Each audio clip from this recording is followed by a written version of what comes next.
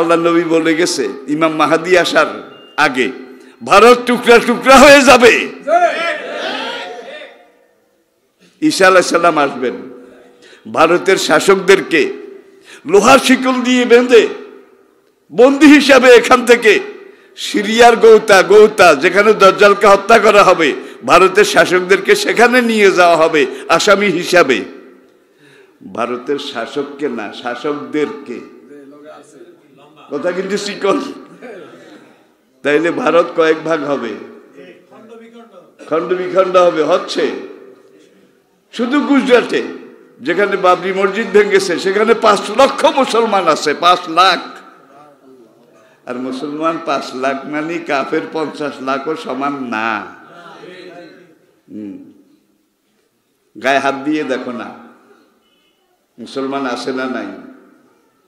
Burma, আবার Myanmar, Arkan রাজসভা, ইতিহাসে আপনারা দেখেছেন সেই আদিকাল থেকে আরাকান এটা মুসলমানদের এলাকা ছিল, মুসলমানদের দেশ ছিল। মহাকবি আলাউল প্রথম বাংলা কাব্য রচনা করেছেন এই আরকান এখান থেকে। এরপরে মালে মুহাম্মদ আরেকজন মুসলিম কবি, তিনি কাব্য রচনা করেছেন এই আরাকানে। মাগন ঠাকুর বাংলায় কবিতা রচনা করেছেন এই আরাকানে।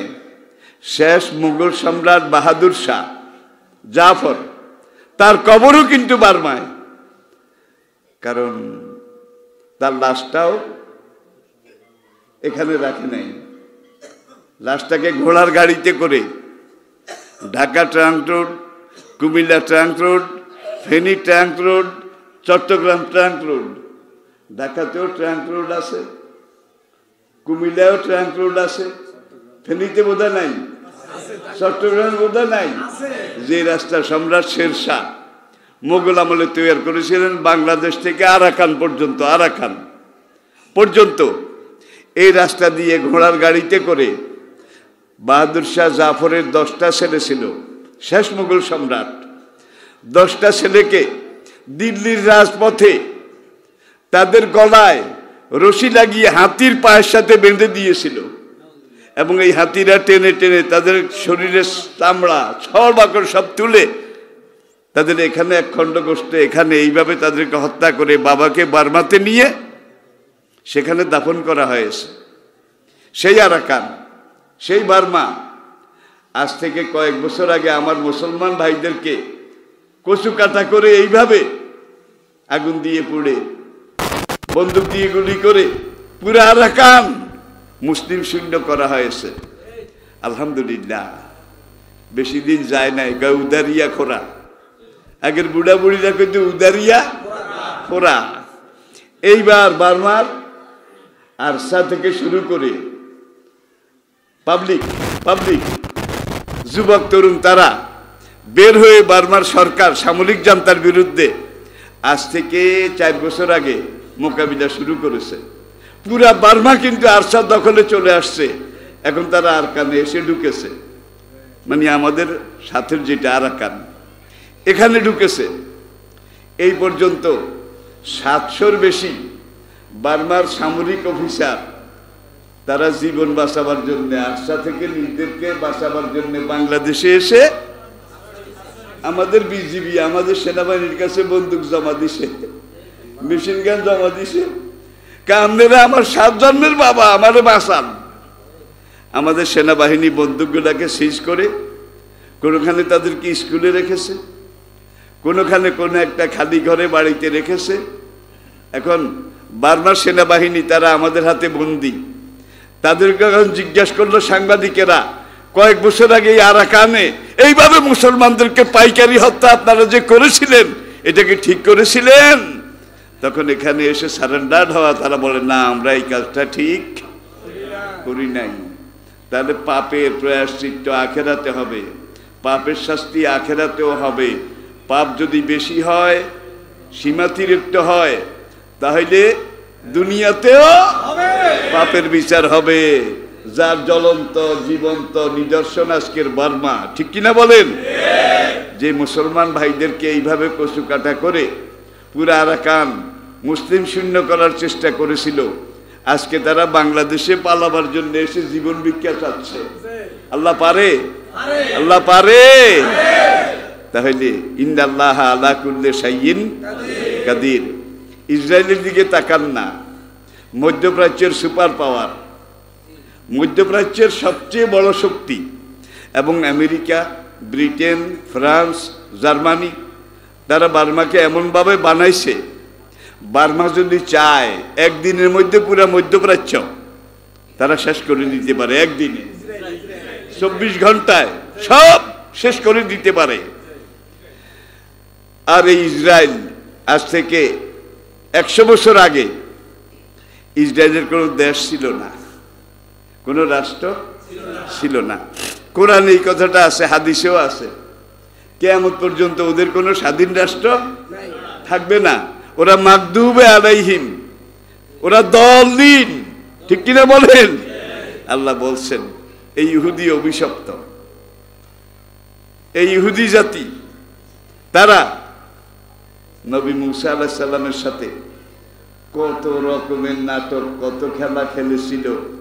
কোরআনের দিকে তাকালে আপনারা এগুলা কোরআন থেকেই জানতে পারবেন, হাদিসের দরকার নাই। এখন ফিলিস্তিন, ফিলিস্তিনি মুসলমানরা, আরব দেশের জায়গার অভাব নাই, কিন্তু দেশকে দেশ খালি।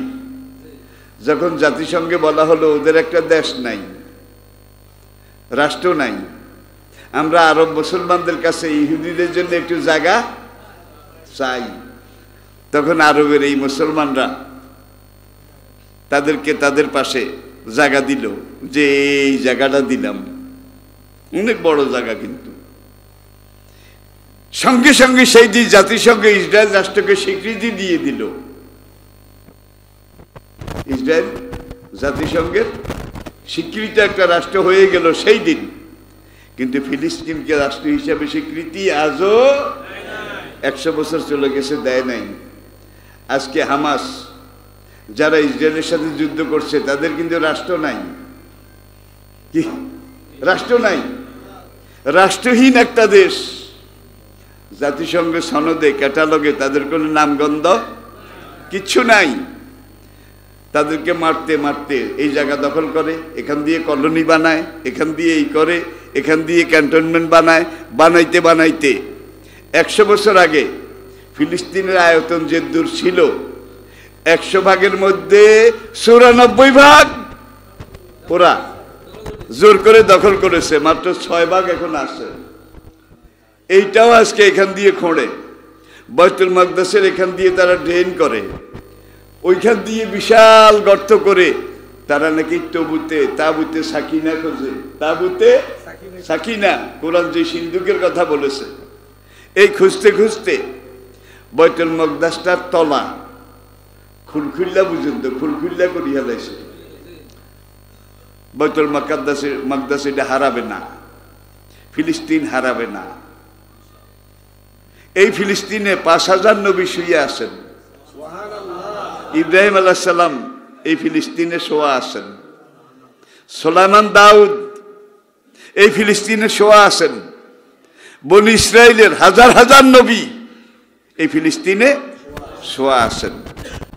দুনিয়ার দ্বিতীয় প্রাচীন মসজিদ কাবাঘরের পরে আদম আলাইহিস সালাম প্রথম কাবাঘর বানিয়েছিলেন, তার 40 বছর পরে আল্লাহর নির্দেশে তিনি কাবার পরে বাইতুল মাকদাস এটা তৈরি করেছিলেন। সর্বশেষ নবী সুলাইমান আলাইহিস সালাম তার হাতে যে ডিজাইন, যে প্যাটার্ন, যে আকার আকৃতি নবী সুলাইমান যেভাবে বানিয়েছেন সেটাই এখনো টিকে আছে, এখনো গম্বুদে সখরা, হলুদ গম্বুজ, এটার উপরে হাসরের দিন আল্লাহর আরশ বসবে, আল্লাহর আরশ বসবে। আর ফিলিস্তিনটা হবে হাসরের ময়দান। যুদ্ধ তো 4 মাসেরও বেশি হয়ে গেছে। এই পর্যন্ত ফিলিস্তিনি মুসলমানদের প্রায় 25,000 মুসলমান বিনা দোষে শাহাদাত বরণ করেছে, তারও বেশি। এরপরে আসেন, ইসরায়েলের ক্ষতি হয়েছে ফিলিস্তিনের চাইতে আরো 1 লক্ষ গুণ কমপক্ষে বেশি। তাদের পুরো সেনাবাহিনী এখন পালিয়ে যাচ্ছে। তারা অস্ত্র ছেড়ে দিয়ে এই বার্মার কুত্তা বাহিনীর মতো তারা এখন দুনিয়ার সবচেয়ে চৌকস সেনাবাহিনী, চৌকস সর্বাধুনিক অস্ত্র যারা চালায় সেই সেনাবাহিনী 100-র মধ্যে 10 জন এখন যারা বেঁচে আছে হামাসের হাতে মরে টরে, 100 জনের মধ্যে 10 জন অ্যাবনর্মাল, পাগল হয়ে গেছে। 100 জনের মধ্যে 30 জন সৈন্য যারা জীবিত আছে তাদের পেট ডাইরেক্ট হয়ে গেছে। ডাইরেক্ট বুঝেন, কোনো বার্তার নাই, পায়খানার সাথে রক্ত। এখন এইভাবে ডাইরেক্ট রক্ত যাইতে যাইতে এগুলার এই তাজা নিতম্ব এটা এখন ভাদ্র মাসের তালের বিশির মতো হয়ে গেছে শুকাইয়া। একটা পাগল আর একটা ছাগল আর একটা কবরের মধ্যে ইসরায়েলের সেনাবাহিনীর বর্তমানে এই অবস্থা। এখনকার যুদ্ধ থামাও, জাতিসংঘ কয় থামাও, আমেরিকার প্রেসিডেন্টও কয় থামাও, কিন্তু যখন আবার আমাদের মধ্যে কিন্তু হুজুর আছে, কিছু 2-1 জন থাকলেও আছে, এই হুজুররা কয় হামাসে কি এই কামটা করা ঠিক হয়েছে? হামাস তারা শেষ রাত্রে যাইয়া ইসরায়েলে আক্রমণ না করলে তো এই কামটা, এই ম্যাসাকারটা হইতো না। কিছু হুজুর এই কথা কয়নি, এইসব হুজুরের গল্লির ঠার নাই, আড়াই হালাইছে। 100 বছর মাইর খাইছে এই ফিলিস্তিনি মুসলমানরা, সবকিছু নিয়ে গেছে। আরবি একটা প্রবাদ আছে, মানুষ যখন দেখে যে তুই আমাকে মেরেই ফেলবি, আমাকে আর জীবিত রাখবি না, এখন তুই আমাকে মারার জন্য আসতেছিস, তখন ওই মুসলমানরা বলে মরছি, তোর অন্ডকোষে একটা লাথি হইলেও মারি, অন্ডকোষে লাথি, ঠিক কিনা বলেন? হামাস 100 বছর মাইর খাওয়ার পরে ইসরায়েলের অন্ডকোষে যে লাথি মেরেছে, আলহামদুলিল্লাহ, ইসরায়েলের আমও গেছে, সালাও গেছে, বাকি আছিল আরাকান। ও সাপ দেখছো, এখনো সাপের ফনা দেখো নাই? কি ঘুঘু দেখেছ? ঘুঘুর ফাঁদ দেখো নাই? কোন জাতিকে নিয়ে তোমরা মস্কারি করছো? যে জাতি আল্লাহ ছাড়া কাউকে ভয় করে না। এখন বার্মার যে সেনাবাহিনী আমার মুসলমান ভাইদেরকে এইভাবে মেসাকার করে সব গোরস্থান শ্মশানে পরিণত করেছিল, তারা দলে দলে বাংলাদেশে এসে পলাচ্ছে। কেন বাংলাদেশে ঢুকছ? জীবন বাঁচাবার জন্য। তাহলে আল্লাহ পারে? এখন মুসলমান ভাইয়েরা তারা যাই ওই বার্মার সেনাবাহিনী দেখলে মারিয়া লাইব, কিন্তু লগে লগে এখানে রিফিউজি যারা তুলাধুলা করিয়া লাইব, যার জন্য সেনাবাহিনী তাদেরকে ক্যাম্পে রেখে পাহারা দিয়ে রাখছে, কারণ এগুলাকে বার্মা ফেরত দেওয়া হবে। এই যে 12 লাখ রিফিউজি, এখন তারা প্রায় 17 লাখ। ওই যে শুরুতে বলছি প্রোডাক্টিভ 17 লাখ। কথা ছিল পরিস্থিতি স্বাভাবিক হলে বার্মা গভর্নমেন্ট এদেরকে ফিরিয়ে নেবে।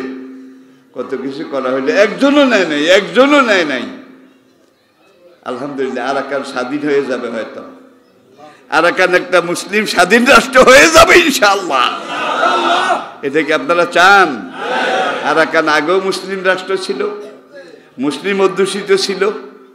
এখন আবার এই সরকারি বাহিনী আর বিদ্রোহী বাহিনী পাবলিক, তাদের এই যুদ্ধে এইবার বার্মার পিঠ এসে দেওয়ালে ঠেকেছে। এইবার তাদের আর পালানোর কোনো জায়গা নাই। তাহলে আমরা এখানে একটা জিনিস বুঝলাম, আমার আল্লাহ এত শক্তিশালী, ফাআলুল লিমা ইউরিদ, তিনি যা চান তা করেন। যেভাবে চান সেভাবে করেন। প্রিয় ভাইয়েরা, তাহলে বার্মার এই অবস্থা। বন্ধু দেশ মসজিদে হাত দিছে, মসজিদ ভাঙ্গা শুরু করেছে, মূর্তি ঢুকাইছে। তারা গোখরা সাপের গায়ে হাত দিয়েছে, জাতি সাপের গায়ে হাত দিয়েছে। এখন আমি ভারতকে সাবধান করে দিচ্ছি, এটা মস্কারি নয়। মুসলমান ভারতে উড়ে এসে জুড়ে বসেনি। দিল্লির লাল কেল্লা আমাদের, তাজমহল আমাদের, কি ফতেপুর সিকরি আমাদের, কুতুব মিনার আমাদের। যত বড় বড় স্থাপত্য শিল্প আছে ভারতে, সবগুলো কিন্তু মুসলমানদের। এগুলো অস্বীকার করার জন্য নাই, দুনিয়া জানে। সুতরাং আমরা মুসলমান হিসেবে আমাদের দেশ নিয়ে স্বাধীনভাবে থাকতে চাই। পাকিস্তান বর্ডারে গত 53 বছরে ভারতের যে বিএসএফ, তাদের গুলিতে পাকিস্তান বর্ডারের মধ্যে একজন লোক মারা গেছে, একজনও না। চীনের সাথে তাদের বর্ডার আছে, ভারতের চীনের বর্ডারের মধ্যে একজন মারা গেছে, একজনও না। বাংলাদেশের বর্ডারে কোন মাসে গুলি করে না মারে? কোন কি যেগুলারে বিএসএফ গুলি করে মারে, এগুলো আসলে গরু চোর। বাংলাদেশ থেকে গরু চুরি করার জন্য যায়, এই জন্য বিএসএফ গুলি করে। তাহলে গরু চোর আমি বুঝলাম, গরু চোর শুধু বাংলাদেশে আছে, ওই দেশে তো নাই। পুরা ভারত পার করে এই গরুগুলাকে বেনাপোল বর্ডারে কে আনে? কি ভারতের চোরেরা? ভারতের চোরেরা এলে এই দেশের চোরদের হাতে গরুগুলা দেয়। তাহলে ভারতের কয়টা চোরগুলিতে মারা গেছে? কোন একটাও না, একটাও না। দুনিয়ার একটা দেশ আপনি দেখান, শুধু এই উপমহাদেশে নয়, বহির্বিশ্বে বর্ডারে এইভাবে গুলি করে মানুষ মারা আন্তর্জাতিক অপরাধ। চোর হইলে অ্যারেস্ট করো, থানায় নাও, বিচার করো, দুনিয়াকে জানাও, ফুটটুস করে গুলি করে দেয়। আর আমরা তো ওই ছোট লোকের কচু দিলে কয় আরে খাইতামে না দিছে, মাফ করবেন, ছোট লোকের কচু দিলে কারে খাইতামে না দিছে। আমাদেরকে কচু কাল দিতে আসে, আর আমরা কই খাইতাম না দিছে, খাইতামে না দিছে। এই অবস্থা কিন্তু বেশি দিন চলবে না। আমরা মুসলমান, আল্লাহ ছাড়া কাউকে ভয় পাই না, আল্লাহ ছাড়া কাউকে আমরা ডরাই না। আমরা আল্লাহর পথে ছিলাম, আছি, থাকবো। আমি সব মাহফিলের মধ্যে সালাতের পরে একটা দোয়া করি। আমি এই দেশটাকে ভালোবাসি, সবচেয়ে বেশি ভালোবাসি বাংলাদেশকে। আমার নবী আমাকে শিখিয়েছেন হুব্বুল ওয়াতনে দেশপ্রেম ঈমানের অংশ। আমার আব্বা শুয়ে আছে, দাদা শুয়ে আছে, আমার পূর্বপুরুষ এই দেশে মাটিতে শুয়ে আছে, ঠিক কিনা বলেন? সুতরাং এই দেশ আমার জীবনের মতো, জীবনের চেয়ে আমি এই দেশকে ভালোবাসি। 5 ওয়াক্ত সালাতের পরে আপনারা দোয়া করবেন, আল্লাহুম্মা উনসুর মুলকা বাংলাদেশ, আল্লাহুম্মা হাফিজ দৌলতা বাংলাদেশ মিনাল ওবা অ তুফান অল কাহাত অল কুম্মাল অ দফাদে অ তাউন অ জলজলা অ ডেঙ্গু অ করুণা ও জামিয়াল বালিয়াত। আল্লাহুম্মা লা তুআযিবনা বিআযাবিকা ওয়া লা তুহলিকনা বিগযবিকা ওয়া আফিনা ক্বাবলা যালিকা। আল্লাহুম্মা লা তুসাল্লিত আলাইনা যালিমা ওয়া লা তুসাল্লিত আলাইনা মান লা ইয়ারহামুনা। আল্লাহুম্মা ইন্না নাজআলুকা ফি নুহুরিহিম ওয়া নাউযু বিকা মিন শুরুরিহিম। ইয়া কাহ্হার যাল বাতশিশ শাদীদ আনতাল্লাযী লা ইউতাকু ইনতিকামুহু। ইয়া কাহ্হার, ইয়া কাহ্হার, ইয়া কাহ্হার। قال الله تعالى في كلامه المجيد والفرقان الحميد إن الله وملائكته يصلون على النبي يا أيها الذين آمنوا صلوا عليه وسلموا تسليما اللهم صل على سيدنا ونبينا وشفيعنا مولانا محمد صلى الله عليه وعلى آله وأصحابه وبارك وسلم فأعوذ بالله من الشيطان الرجيم بسم الله الرحمن الرحيم मुअज़्ज़ज़ हज़रात उलमा-ए किराम फुज़ला व मुरब्बियान एज़ाम उपस्थित सकल स्तरेर बयसेर पर्यायेर हज़रात मुसल्लियाने किराम अस्सलामु आलैकुम व रहमतुल्लाह। महान रब्बुल आलमीनेर दरबारे आलिशाने शुरूते आमी हजारों लाखों अनंत अजुत कोटी शुक्रगुजारी करছি जे महान रब जे महान मालिक आमादेर आजके आबार 7 दिनेर माथाय पवित्र यामुल जुमाय जुमार सालात आदाय तार सम्पूरक परिपूरक जुमार खुतबा एटा शोनार एखान थेके तालिम तरबियत शिक्षा ग्रहण करार सुयोग दान करेছেন एजন্য আমরা সবাই পড়ি আলহামদুলিল্লাহ। আমরা যখন জুমার নিয়ত করি নিয়তের মধ্যে আরবি শব্দ এভাবে নাওয়াইতু আন আসকিত আন জিম্মাতি ফরজি যোহরে বেআদায় রাকাতায় সালাতিল জুমাতে আমি এই নিয়ত করি রব্বুল আলামিন যোহরের নামাজের সম্পূরক পরিপূরক যোহরের সালাতের স্থলাভিষিক্ত এ সময় এই জায়গায় আমি জুমার 2 রাকাত নামাজ এটা আদায় করার জন্য নিয়ত করেছি। তাহলে যোহরের স্থলাভিষিক্ত এটা যদি বলা হয় তাহলে তো 4 রাকাত হওয়া উচিত। যোহর যত রাকাত জুমাও তত রাকাত হওয়া উচিত। সাহাবায়ে কেরামের পক্ষ থেকে কিলা ইয়া রাসূলুল্লাহ একজন সাহাবী আরজ করলেন ওগো আল্লাহর রাসূল যোহরের সম্পূরক পরিপূরক স্থলাভিষিক্ত যদি জুমা হয়ে থাকে তাহলে জুমা 2 রাকাত কেন 4 রাকাতই তো হওয়া উচিত ছিল।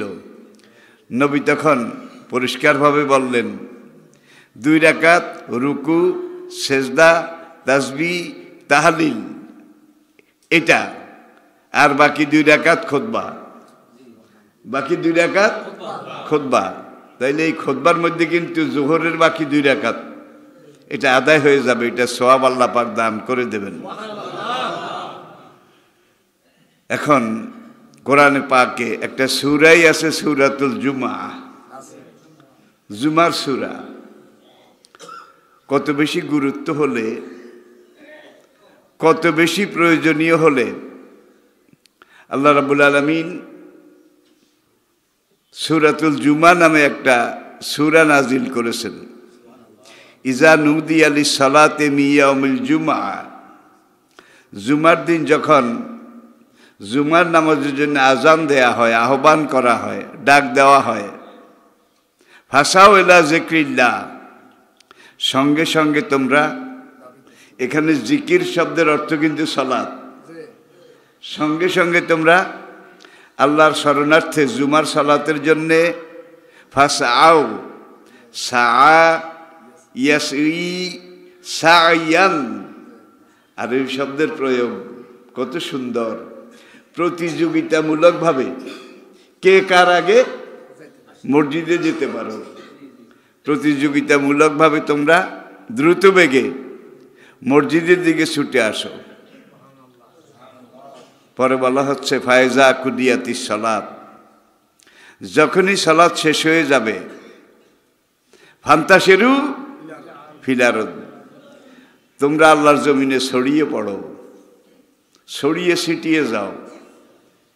এন্তাসারা ইয়ান্তাশেরু এন্তেসারান মুনতাশেরুন সবাই এক জায়গায় যাইও না যার যেখানে যেভাবে কাজ, নিজ নিজ গন্তব্যে, জেলে নদীতে চলে যাও, শ্রমিক কারখানায় চলে যাও, দোকানদার দোকানে চলে যাও, চাষি মাঠে চলে যাও, গিয়ে অবতাগু মিন ফাদলিল্লাহ, এইসব জায়গায় আমি আল্লাহ তোমাদের জন্য রেজেক, জীবন জীবিকা এগুলো বরাদ্দ করে রেখেছি।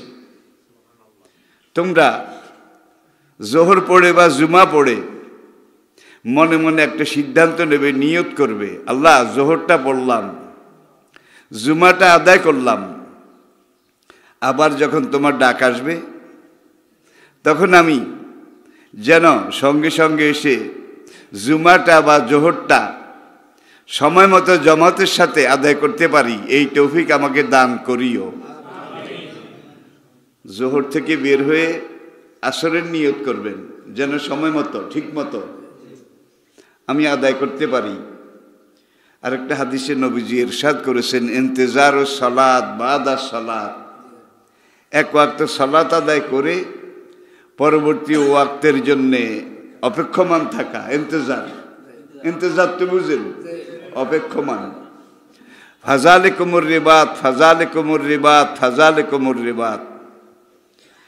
যখনই আবার আজান হবে, আল্লাহর ডাক আসবে, তখনই দুনিয়ার কাজকর্ম স্বল্প সময়ের জন্যে মুলতবি করো, করে আবার সালাতের দিকে ছুটে যাও। যখনই আসরটা পড়ে সালাম ফিরাবে, জোহর থেকে আসর যত ঘন্টা তুমি দোকানে কাজ করেছ, মাঠে কাজ করেছ, কর্মক্ষেত্রে দায়িত্ব পালন করেছ, পুরা সময়টা আল্লাহ রাব্বুল আলামিন তোমার আমলনামার মধ্যে ফরজ নামাজের সওয়াব লিখে দেবে। তাইলে আরেকটা উদাহরণ দেই। শেষ রাতে 3টা থেকে 5টা, হাদিস 3টা থেকে 5টা, এই সময় যার ঘুম ভাঙ্গে, জেগে যায়, অন্য জাগানো লাগে না, আল্লাহর এই জমিনের মধ্যে সে সবচেয়ে বড় ভাগ্যবান ব্যক্তি। আর এই সময় যারা জাগে না, ঠেলা লাগে, ধাক্কানো লাগে, এরা হতভাগা, এরা অভাগা। বলবেন যে ঠেলা না দিলে আমি জাগবো কি করে? একাধারে আপনি 2-4 দিন জাগেন, এসা পড়ে নিয়ত করেন, আল্লাহ আবার ফজর যেন পড়তে পারি, এই তৌফিক আমাকে দিও। তখন আপনাকে জাগিয়ে দেওয়ার দায়িত্ব আল্লাহ নিজে গ্রহণ করবেন। দেখবেন যে 5টা যখন বেজে যাবে, অটো, আপনাকে কেউ ডাকা লাগবে না, বলা লাগবে না, আপনার ঘুম ভেঙে যাবে। এটা হলো মানসিক, সাইকোলজিক্যাল, এটাকে অস্বীকার করার উপায় নেই। ফজর পড়লেন, শরীর কোনো ওজন না থাকলে, আর সালাম আল জমা, জমাতে অবশ্যই পড়তে হবে। জামাতুন সুন্নাতুম মুআক্কাদাতুন কারিবাতুম মিনাল ওয়াজিব, কুদুরির ইবারত। হেদায়া কিতাবে এটা লিখে বিস্তারিত ব্যাখ্যা। জামাত যদিও সুন্নতে মুআক্কাদা, কিন্তু এটা ওয়াজিবের কাছাকাছি, ওয়াজিবের কাছাকাছি। বিনা ওজরে জামাত ছাড়া যাবে না, তরক করা যাবে না। নবীজি আরেকটা হাদিসে বলেছেন, মসজিদে নববীতে যখন আজান হয়, যখন জামাতে সালাত আদায় করা হয়, আমি নবী যদি ইমামতি জামাতে আটকা না হইতাম, মদিনার গলিতে গলিতে হেঁটে হেঁটে যারা জামাতে অংশগ্রহণ করেনি তাদের ঘর বাড়িগুলো আমি আগুন দিয়ে জ্বালাই দিতাম। আল্লাহু আকবার! কি সাংঘাতিক কথা, কত বিশাল সাবধানতা। ফজর পড়ে আপনি নিয়ত করেন, আল্লাহ জোহরটা যেন ঠিক মতো আবার আদায় করতে পারি, এই তৌফিক আমাকে দিও।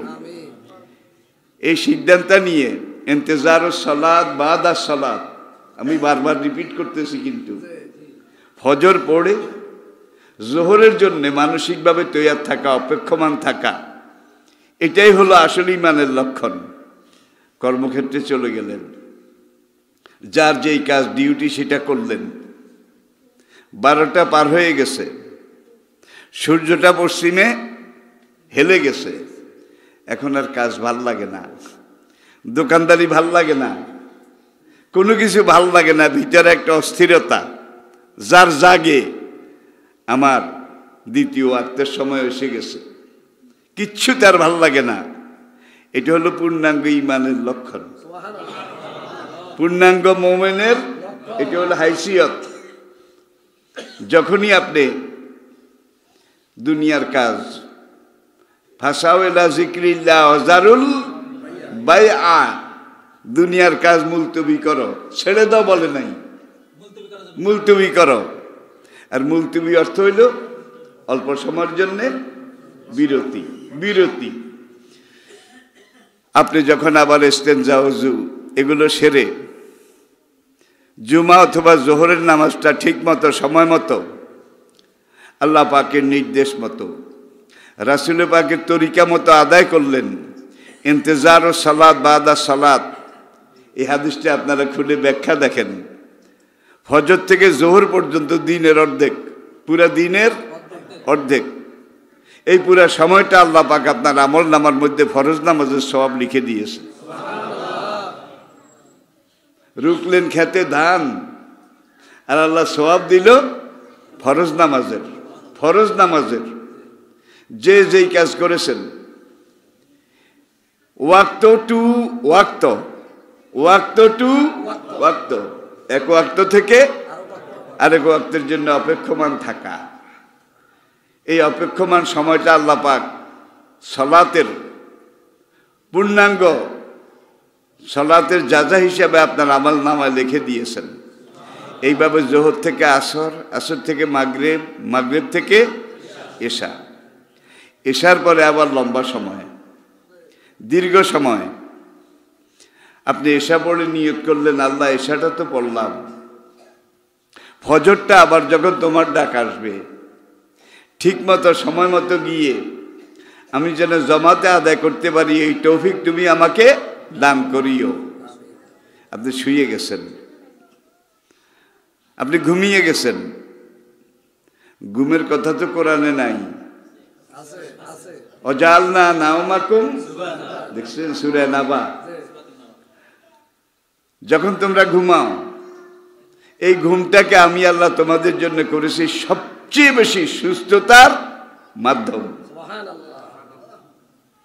4000 বছর আগের খনার বচনে একটা কথা আছে, খেয়ে হাগে শুয়ে জাগে সে মানুষ না কাজে লাগে। খেয়ে হাগে শুয়ে জাগে, খাওয়ার পরেই বদনা লইয়া ল্যাট্রিনের দিকে যায়। বুঝা গেছে এর পেটে কোনো ডাইলিউশন মেশিন নাই, ঠিকমতো হজম হয় না, যা খায় তা যায় সঙ্গে সঙ্গে। আর শুয়ে জাগে, শুয়ে সে কিন্তু ঘুম আসে না, একবার এই কাত আবার ওই কাত, অস্থিরতা অস্থিরতা। এমন যদি কোনো মানুষের অবস্থা হয়, সে মানুষ না কাজে লাগে, কোনো কাজেরই সে হয় না। তো এই ঘুম আপনার হার্টের ব্যাটারি চার্জ হয়, এই ঘুমে আপনার বাল্বের ব্যাটারি চার্জ হয়, এই ঘুমে আপনার কিডনির ব্যাটারি চার্জ হয়, এই ঘুমে আপনার ডায়নামা, আসল শক্তির আধার মস্তক দেমাগ, এইটার ব্যাটারি চার্জ হয়। 2 ঘন্টা 4 ঘন্টা আপনি ঘুমালেন, সারাদিন গতকাল কাজ করেছেন, শরীরটা ঝিমঝিম করে, শরীরটা কাঁপে, শুইলেন, কয়েক ঘন্টা ঘুমালেন, ঘুম থেকে জেগে দেখেন যে সব ব্যাটারি চার্জ হয়ে গেছে, অটো অটো সব চার্জ হয়ে গেছে। এখন আর ঝিমঝিমও করে না, টনটনও করে না, ম্যাসম্যাসও করে না, পুরা শরীরটা আবার এনার্জেটিক, এনার্জেটিক কর্মক্ষমতা ফিরিয়ে লাভ করেছে এই ঘুমের দ্বারা। ফজরে আজান হলো, আপনি আবার মসজিদে চলে গেলেন, এলাকার মসজিদে। ফজরটা যখন আপনি ঠিক মতো ইক্তাদাইতু বিহাযাল ইমাম, ইমামের পিছনে আদায় করলেন, ইমাম সালাম ফিরালেন, ইন্তেজার ও সালাত বাদা সালাত। নবীজি বলেন এশা থেকে ফজর পর্যন্ত সারা রাত সে যত ঘন্টা ঘুমিয়েছে পুরা রাতটা তার আমল নামার মধ্যে আল্লাহ পাক ফরজ নামাজের সওয়াব লিখে দিয়েছেন। তাইলে ঘুমানোটাও কি? মাঠে কাজ করা, দোকানে কাজ করা ইবাদত, ঘুমানোটা ইবাদত। এবার আসেন খাওয়া। খাওয়া উতলুবুর রিজকা মিন খাবায়াল আরদে, আরেকটা হাদিস, জমিনের প্রত্যেকটা পরতে পরতে, প্রত্যেকটা বালিকণার ফাঁকে ফাঁকে আমি আল্লাহ তোমার জন্য রিজক রেখে দিয়েছি। আল্লাহু আকবার।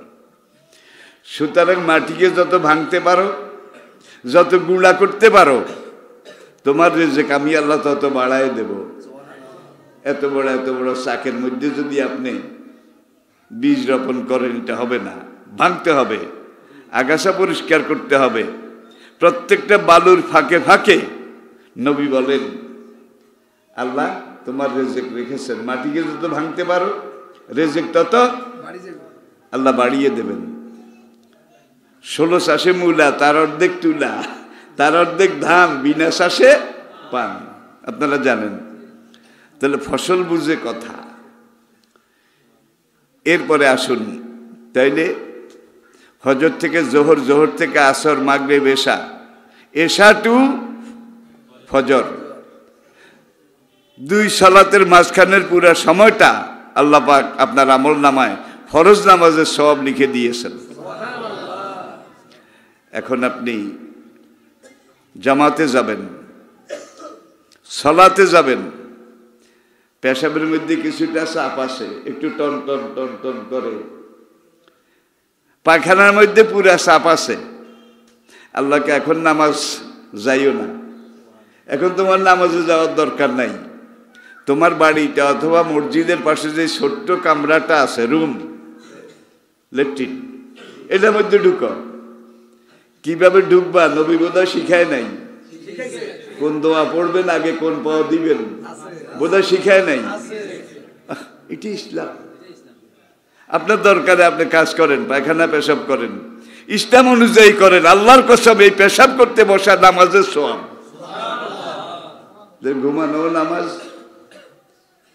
সংসারে কাজকর্ম, এগুলোও নামাজ।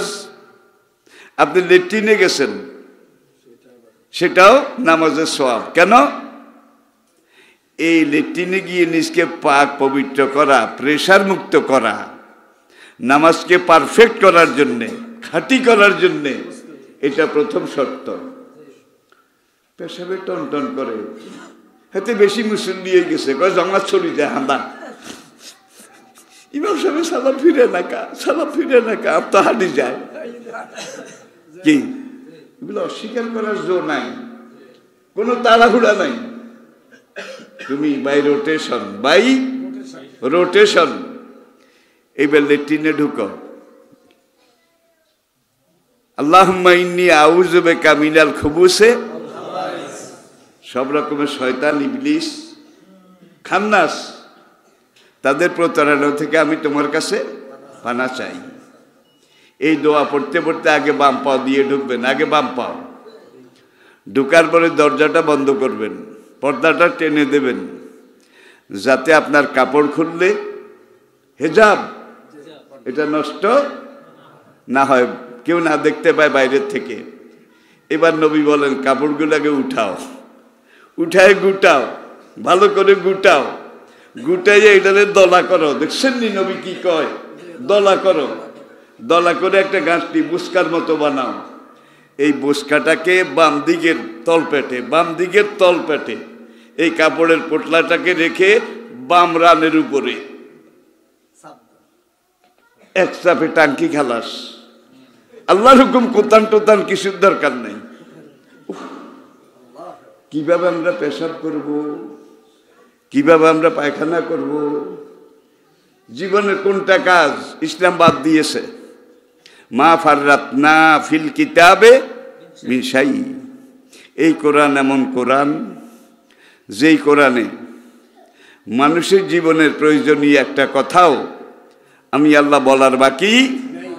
তাইলে আমরা 5 ওয়াক্ত সালাত ঠিক মতো পড়বো ইনশাআল্লাহ। সবাই রাজি? 1 ওয়াক্ত পড়ে আর 1 ওয়াক্তের নিয়ত করব। এবং সেই ওয়াক্তের দিকে তাকিয়ে তাকিয়ে কাজকর্ম করব। দোকানে বেচা কিনা করেন, নামাজের সওয়াব আপনি পাচ্ছেন। কারণ কি? আপনি নামাজের সময়ের অপেক্ষা করতেছেন। ইন্তজার সালাত বাদা সালাত, যার জন্য আপনার এই ইন্তজারটাকেও, অপেক্ষমান থাকাটাকেও আল্লাহ রাব্বুল আলামিন ফরজ নামাজের সওয়াব লিখে দেবেন। স্ত্রী সহবাস করেন, এটা বোধহয় কোরআনে নাই, আছে? কোনটা নাই বলেন? এখন গরু ছাগল তাদের হইল কোনো লিমিট নাই, কোনো সময় নাই, কোনো ক্ষণ নাই, কোনো আশা ভরসাও নাই, নিয়ত নাই, কিন্তু আপনার এই সব কিছু আছে। জাল্লা তোমার হুকুম মতো, তোমার পাঠানো নবীর তরিকা মতো, তোমার নাজিল করা কোরআনের নির্দেশ মতো আমি এই বিবি, এই বউ ঘরে এনেছি। আল্লাহ, এই বিবির গর্ভে তুমি আমাকে নেক সন্তান দান করিও। আমার পরবর্তী জেনারেশন তাদেরকে তুমি নামাজি, রোজাদার, সাহেবী ইমান হিসাবে, সাহেবে কোরআন হিসাবে কবুল করে নিও। আপনি সহবাস করেন। আল্লাহ রাব্বুল আলামিন কেরামান কাতিবিন এই দুইজনকে বলে, এই মিলন করে টরে লিখিস না, লেখ। মুজাহিদ প্রোডাকশন দেয়, মুজাহিদ প্রোডাকশন দেয়, কারণ সে নিয়ত করেছে এই মিলনে যদি সন্তান হয় দ্বীনের মুজাহিদ বানাইয়া দিও। এই নিয়ত কি আমরা করি? কয়জনে করি?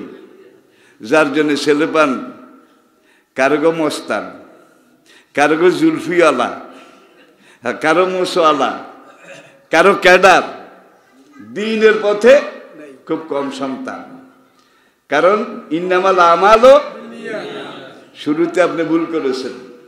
মুজাহিদের নিয়তে, দ্বীনের নিয়তে করেন নাই, পার্সোনাল ইন্টারেস্টের নিয়তে করেছেন। খাসারাত দুনিয়া ওয়াল আখিরা, আপনার দুনিয়াও গেছে, থাক। তাহলে আমি এটা বলতে চাচ্ছি, কোরআনকে সামনে রেখে নবীজিকে সুপার মডেল লাকাদ কানা লাকুম ফি রাসূলিল্লাহি উসওয়াতুন মা আতাকুমুর রাসূলু ফাখুযুহু ওয়া মা নাহাকুম আনহু ফান্তাহু ওয়া ইন্নাকা লাআলা খুলুকিন আযীম।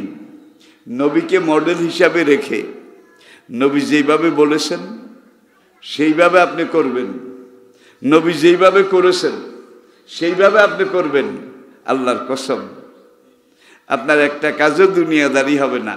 আপনার পায়খানা পেশাবও ইবাদত, আপনার খাওয়াও ইবাদত, আপনার ঘুমও ইবাদত, আপনার রুকু সেজদাও ইবাদত। কিন্তু আমরা এখন ভাগ করে ফেলেছি যে না, মসজিদে গিয়ে রুকু সেজদা করা বোধহয় ইবাদত, আর বাইরের এগুলো দুনিয়াদারি।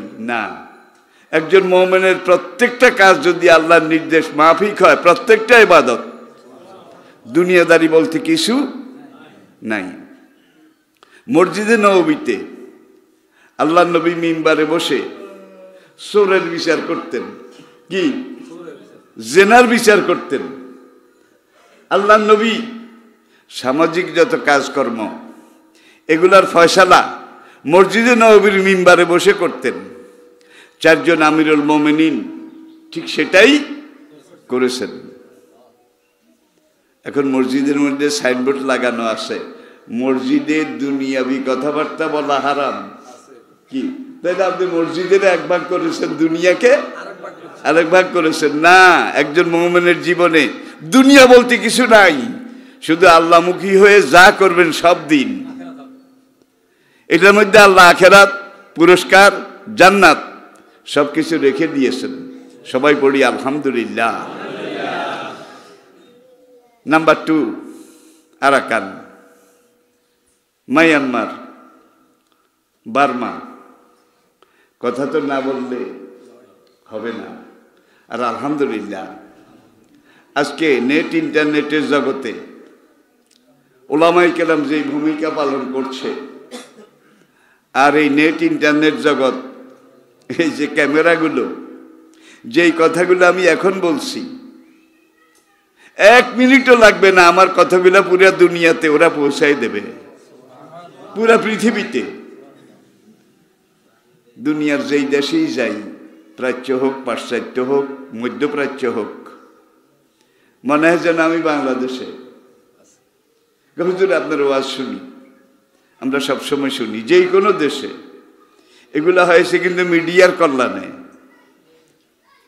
আর ওরা যে রেকর্ড করে, এটার মধ্যে আমার কোনো ইন্টারেস্ট নেই। কোনো হুজুর আছে যে আমার বক্তব্য রেকর্ড করতে হইলে আমার পয়সা দিতে হবে। ওরা আছে, জিজ্ঞেস করেন, সব ফি সাবিলিল্লাহ, সব ফি সাবিলিল্লাহ। ওরা যখন মাহফিলে যায়, অনেক মাহফিলে ওদেরকে আমার সাথে কর্তৃপক্ষ ডেকে খানা খাওয়ায়। হুজুর ইসলামের লিডার আর ওরা ইসলামের অংশ।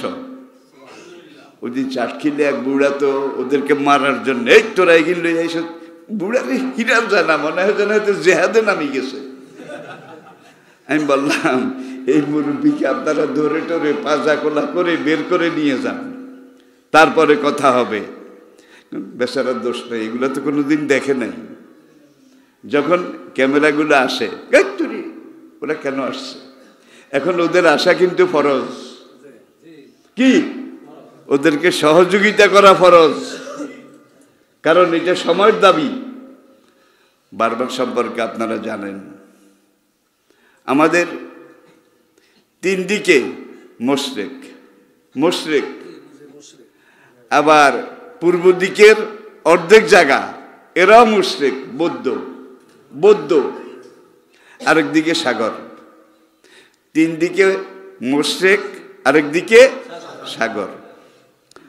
বর্তমান পৃথিবীতে ওআইসি জাতিসংঘের পরে যেটা সবচেয়ে বড় আন্তর্জাতিক সংস্থা, সেটার নাম ওআইসি, ওয়ার্ল্ড ইসলামিক কনফারেন্স। 57টা মুসলমান দেশ ওআইসির অন্তর্ভুক্ত সদস্য। এখন এই ওআইসি ভুক্ত শুধু বাংলাদেশ একমাত্র দেশ, যেই পাশের পাশে কোনো মুসলমান দেশ নাই। কি? শুধু বাংলাদেশ একমাত্র দেশ, যেই দেশের পাশে কোনো মুসলমান ভাই নাই। এটা ছাড়া বাকি 56টা মুসলমান দেশের কোনো দিকে না কোনো দিকে, কোনো পাশে না কোনো পাশে মুসলিম রাষ্ট্র আছে। তাইলে আমরা খুব বন্ধুত্ব কয়দিন। লা ইয়াত্তাখিযুল মুমিনুনা আল কাফিরিনা আউলিয়া, মুমিনদের বন্ধু কাফের মুশরিক কোনোদিন হতে পারে না। ইন্নামাল মুমিনুনা ইখওয়াতুন, মুমিনের ভাই আরেক মুমিন। ঠিক কি না বলেন? লা তাহাসাদু ওয়ালা তাদাবারু ওয়ালা তানাবাসু ওয়ালা তাজাসসু কুনু ইবাদাল্লাহি ইখওয়ানা ইন্নামাল মুমিনুনা ইখওয়াতুন ফাসলিহু যাতা বাইনা ইখওয়াইকুম। কোরআনে কত জায়গায় কত ভাবে আপনার উপরে যদি কোনো বিপদ আসে, কানলে আপনার মুসলমান ভাই কানবে, তরদে তারা এগিয়ে আসবে। কিন্তু এই যে বার্মা, আর এই বার্মার সেনাবাহিনী, সামরিক জান্তা কয়েক বছর আগে আরাকানে লক্ষ লক্ষ মুসলমানকে জবাই করেছে। লক্ষ লক্ষ, হাজার হাজার নয়। তারা এসে ঘরটা ঘেরাও করে বাইরে দিয়ে তালা লাগিয়ে পেট্রোল দিয়ে ঘরে আগুন লাগাইয়া ঘর শুদ্ধ ভিতরের মানুষগুলাকে জ্বালিয়ে দিয়েছে। তাদেরকে বন্দুক মেরে গুলি করে লাশটা নাফ নদীতে ফেলে দিয়েছে। জীবনের দায় নিয়ে 12 লক্ষ আরকানি মুসলমান তারা বাংলাদেশে আশ্রয় নিয়েছে। গত কয়েক বছরের হিসাবে দেখা যায় 12 লক্ষ এখন 17 লক্ষ হয়ে গেছে। মুসলমান আসলে প্রোডাক্টিভ। ভারতে যারা গরু খায় তাদের 3টা থেকে 7টা পর্যন্ত সন্তান আছে। 3টা থেকে 7টা পর্যন্ত সন্তান আছে। গরু খায় মানে কি? মুসলমান। আর যারা গরু খায় না, এটা বিরোধিতা করে, তাদের কারো ঘরে নাই, কারো ঘরে 1টা বা 2টা। 7টার কথা তো কল্পনাও করা যায় না। চায়নার অবস্থা তার চেয়ে খারাপ। উইগর চায়নার দক্ষিণ এই অংশ আমাদের দিকের অংশ, বার্মার পরে যে অংশটা মঙ্গোলিয়ার সাথে আর এইদিকে ভারতের সাথে লাগা, টেকনাফের এখান দিয়ে আমাদের সাথে বার্মার বর্ডার লাগা, সেখানে উইগুর মুসলমান আপনারা জানেন। হযরত মাওলানা আব্দুর রহমান কাশগরি রহমতুল্লাহ আলাই ব্রিটিশ ভারতে যখন পূর্ব পাকিস্তান হয়েছিল, কাশগরি রহমতুল্লাহ আলাই তিনি হিজরত করে জীবন বাঁচাবার দায়ে তিনি পূর্ব পাকিস্তানে চলে এসেছিলেন। এত বড় আলেম ছিলেন, সরকারি ঢাকা আলিয়া মাদ্রাসার তিনি সবচেয়ে বড় ওস্তাদ ছিলেন। আলিয়া মাদ্রাসার যে ছাত্রাবাস হল, এটার নামও ইমাম কাশগরি হল। ইমাম আজিমপুর গোরস্তানে তিনি শুয়ে আছেন। সরসিনা দারুস সুন্নাহ আলিয়া মাদ্রাসা দক্ষিণবঙ্গের ব্রিটিশ ভারতের সবচেয়ে বড় দ্বীনী প্রতিষ্ঠান। সরসিনা আলিয়া মাদ্রাসার শাইখুল হাদিস, হাদিসের যিনি উস্তাদ ছিলেন, ওনার নাম ছিল খোত্তানি হুজুর, নিয়াজ মাকদুম খোত্তানি, নিয়াজ মাকদুম খোত্তানি। তিনিও চীনের উইগর, কাশগর, খোত্তান এই এলাকা থেকে হিজরত করে জীবন বাঁচাবার জন্য এসেছেন। চায়না বিশাল একটা দেশ আমাদের তুলনায়, কিন্তু চায়নার এই অংশ মুসলমান যেখানে মেজরিটি, যাদের উপরে আজকে এত নির্যাতন করা হচ্ছে ওই ভারতের মতো একই কায়দায়, সেখানে মুসলমানের সন্তানের সংখ্যা গড়ে 6,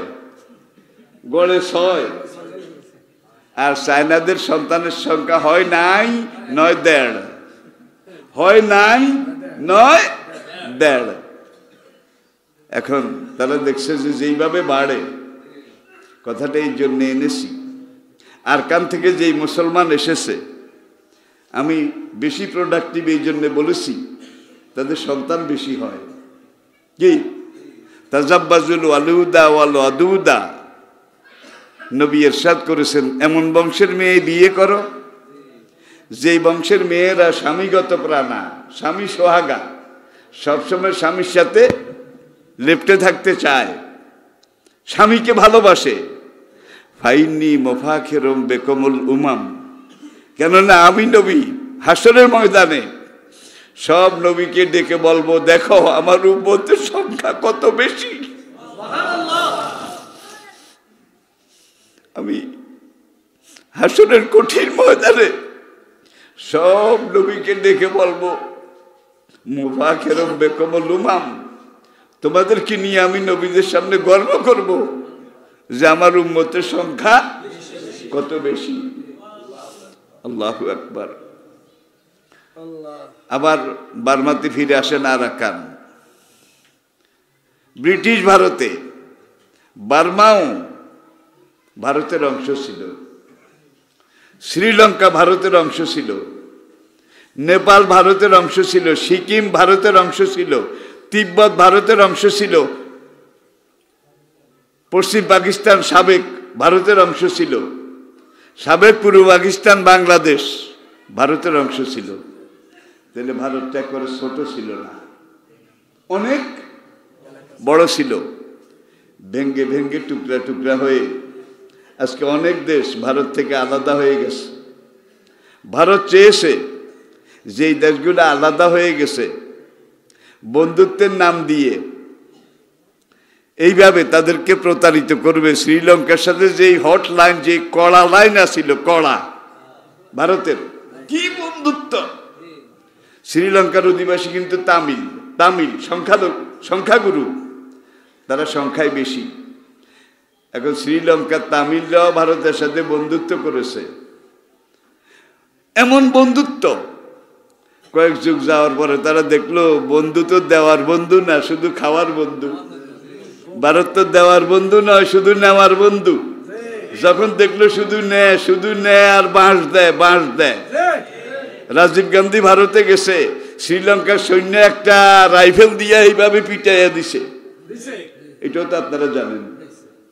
পরে অটল বিহারী বাজপেয়ী শ্রীলঙ্কা গিয়ে ক্ষমা চেয়ে এসেছে। এখন শ্রীলঙ্কা দূরে সরে গেছে। নেপালের সাথে কি বন্ধুত্ব আসিল। নেপাল যখন দেখলো শুধু খানেওয়ালা মজদু, খানেওয়ালা মজদু, এমন মজদুর সে শুধু নেয় কিন্তু শ্রীলঙ্কা দূরে সরে গেছে, ভারতের সাথে নাই। নেপাল সিকিম তাদের সাথে বন্ধুত্ব ছিল, তারাও যখন দেখলো শুধু খায় আর নেয়, তারাও দূরে সরে গেছে। শেষ ছিল মালদ্বীপ। মালদ্বীপ ভারতের দক্ষিণ দিকে আরব সাগরে, মালদ্বীপও দূরে সরে গেছে, যেটা আমরা এখনো বোধহয় চিনতে পারি নাই। আমি এখানে বসে ভারতের বিরুদ্ধে কিছু কইলে আমার দেশের কিছু লোক হুজুর তো বুড়াকালে রাজাকার হয়ে গেছে। আমি ভারতের বিরুদ্ধে কথা বললে আমাকে যদি রেজাকার বলা হয়, তাহলে দেশটা ভারত, দেশটা বাংলাদেশ নয়। আমার বাংলাদেশের একজন মানুষ ভারতে চাকরি করে এমন রেকর্ড অন দা রেকর্ডে নাই। আল্লাহর রহমতে আমরা স্বয়ং সম্পূর্ণ। কিন্তু ভারতের 9 লক্ষ মানুষ, 9 লক্ষ মানুষ বাংলাদেশে এসে চাকরি করে। আর এই চাকরির নামে তারা শুধু কেবল নেয়। করোনার সময় আমরা টাকা দিয়ে করোনা টিকা কিনবো। দুনিয়া থেকে মার্কেটের অভাব আছে, দেশের অভাব আছে, টিকার অভাব আছে। দাড়িওয়ালা দরবেশ বাবা চিনলে চিনছেন, দরবেশ বাবা কয় না ভারতের থেকে কেনা লাগবে করোনার টিকা।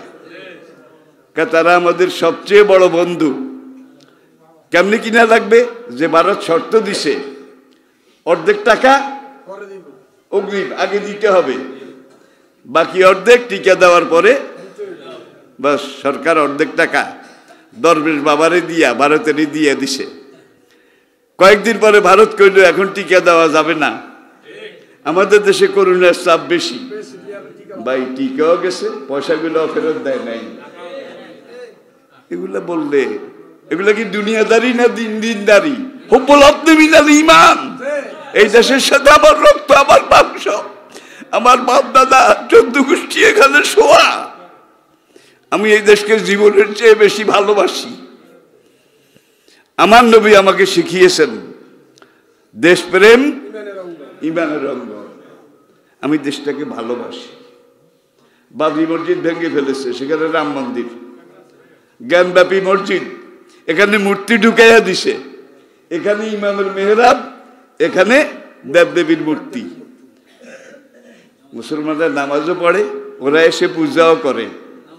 এখন বলে যে ভারতের কয়েক হাজার মসজিদের নিচে নাকি রাম মন্দির আছে, কয়েক হাজার মসজিদের নিচে। তাহলে মসজিদগুলাকে এইভাবে ভেঙ্গে চূর্ণ বিচূর্ণ করে সবগুলা মন্দির করবে। বরিশাল খুলনার একটা প্রবাদ আছে আঞ্চলিক, শয়তানে হোগা মারে বাথুইয়া তামুক ভরে। আর কাম নাই। সব মসজিদের নিচে নাকি রাম মন্দির আছে, মসজিদগুলা ভাঙবে।